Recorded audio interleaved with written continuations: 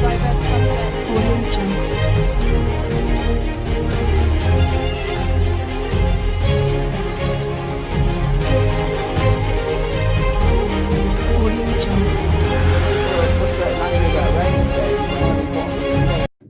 जय हिंद दोस्तों, मैं हूं तारिक राय। स्वागत है आप सभी का एक बार फिर से मेरे YouTube चैनल पॉलिटिकल विजन में।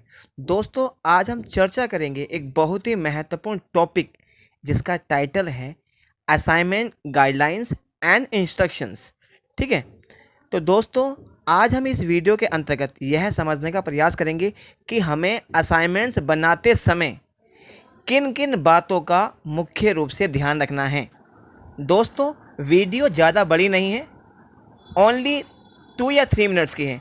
अगर आप मेरे साथ इस वीडियो के अंत तक बने रहते हैं तो आप बेहतर तरीके से असाइनमेंट बना सकते हैं और उसमें अच्छे से अच्छे मार्क्स गेन कर सकते हैं। अदरवाइज़ आप सभी को काफ़ी प्रॉब्लम्स का सामना करना पड़ सकता है। तो आइए स्टूडेंट्स, एक असाइनमेंट्स बनाते समय हमें किन किन बातों को विशेष रूप से ध्यान रखना है उसे हम समझने का प्रयास करते हैं। जैसा कि सामने डिस्प्ले पर मेंशन किया गया है, असाइनमेंट गाइडलाइंस एंड इंस्ट्रक्शंस। दोस्तों, जो सामने डिस्प्ले पर मेंशन किया गया है उसमें जो पॉइंट नंबर 1 है, यानी कि आंसर शीट हमारी कैसी होनी चाहिए। तो स्टूडेंट्स, जिस सीट पर आपको असाइनमेंट बनाने हैं वो सीट आपकी A4 साइज़ की होनी चाहिए।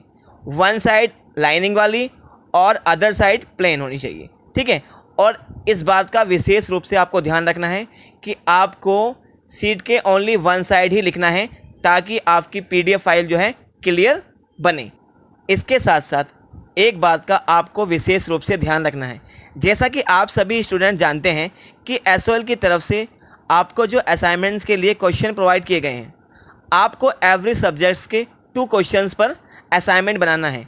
जैसे ही आपका एक क्वेश्चन कंप्लीट हो जाता है, मान लीजिए कि आपने 10 पेज में अपना 1 क्वेश्चन कंप्लीट किया, तो आपको नेक्स्ट पेज से अदर क्वेश्चन स्टार्ट करना है और उसमें सीरियल नंबर भी आप 1 से स्टार्ट ना करके जो हमारा फर्स्ट क्वेश्चन था उसके बाद का जो सीरियल नंबर है, जैसे कि 10 है तो उसके बाद आपको सेकंड क्वेश्चन पे 11 से स्टार्ट करना है। ठीक है, 11, 12, 13 जहाँ तक भी आप पहुँचते हैं 20, उसके बाद आपको अपनी PDF फाइल रेडी करनी है।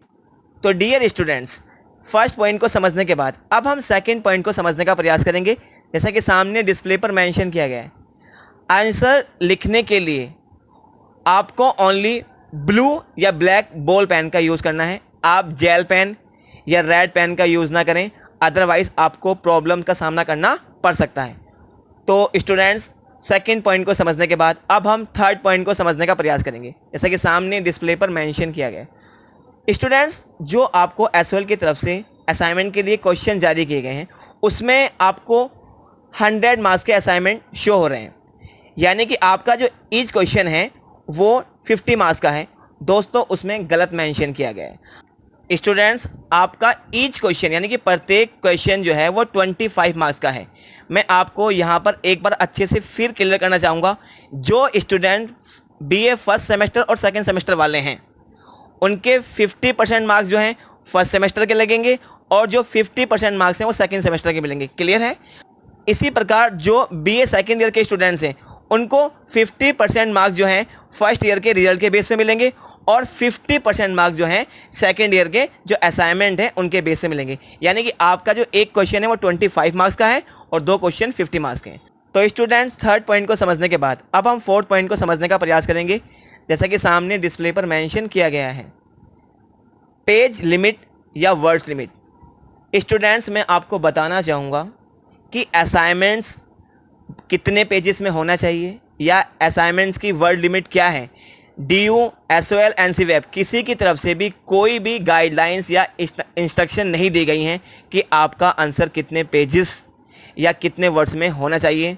बहुत सारे स्टूडेंट्स बार बार कॉल करके मैसेज करके मुझसे ये सवाल पूछ रहे हैं कि सर हमें जो असाइनमेंट का आंसर लिखना है वो कितने पेजेस में होना चाहिए, कितने वर्ड्स में होना चाहिए।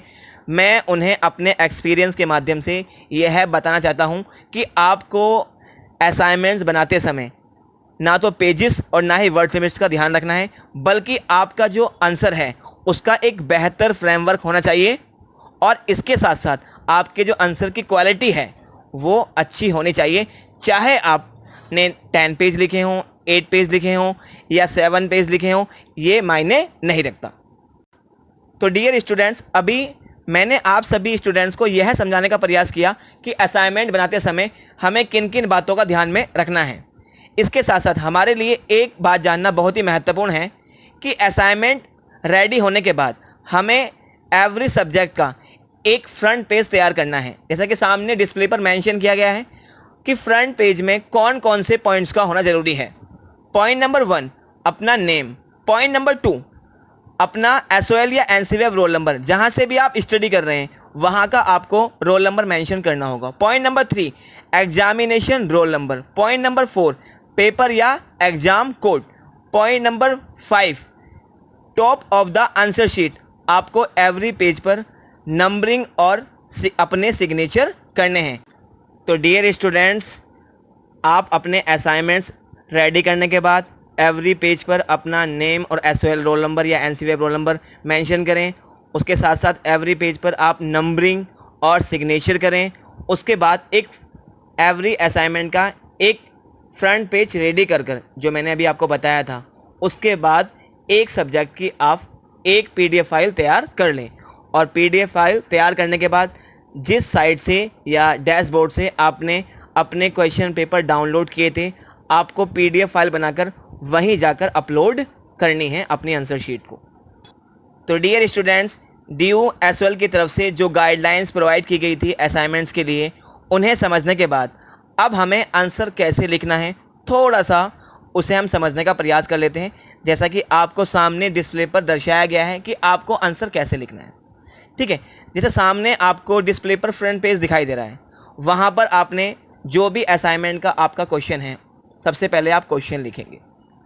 क्वेश्चन उतारने के बाद फिर आपको आंसर लिखना स्टार्ट करना है। ध्यान रहे जब हम आंसर लिखेंगे तो आंसर लिखते समय हमें इस बात का विशेष रूप से ध्यान रखना है कि जो हमारा स्टार्टिंग का पेज है उसमें हमें अराउंड 3 पैराग्राफ बनाने हैं। और ध्यान रहे पैराग्राफ जो है हमारा स्टार्टिंग की लाइन से नहीं बनता है, बल्कि आपको बीच लाइन से स्टार्ट करने हैं तीनों पैराग्राफ।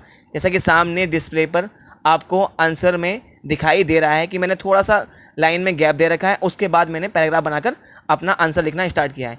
आंसर लिखते समय आपको कोई भी हेडिंग डालने की नीड नहीं है। ना तो आपको इंट्रोडक्शन लिखना है, ना प्रस्तावना लिखना है, ना पृष्ठभूमि लिखनी है, ना पहचान लिखनी है, कुछ भी नहीं लिखना है। ठीक है, डायरेक्ट आपको क्वेश्चन लिखना है और उसके बाद आपको बीच लाइन से आंसर लिखना स्टार्ट कर देना है। आपको पहले पेज पर इंट्रोडक्शन लिखना है, उसमें 2-3 पैराग्राफ बताने हैं। उसके बाद जो आपसे आंसर में पूछा गया है उसके बारे में आपको बताना है। इसके साथ साथ मैं आपको बताना चाहूँगा, आपको एवरी पेज पर यानी top of the answer sheet every page पर आपको अपना नेम और SOL का या NCVF का रोल नंबर मेंशन करना है। और इसके साथ साथ नंबरिंग और सिग्नेचर का विशेष रूप से ध्यान रखना है, जैसा कि मैंने अभी आपको बताया था।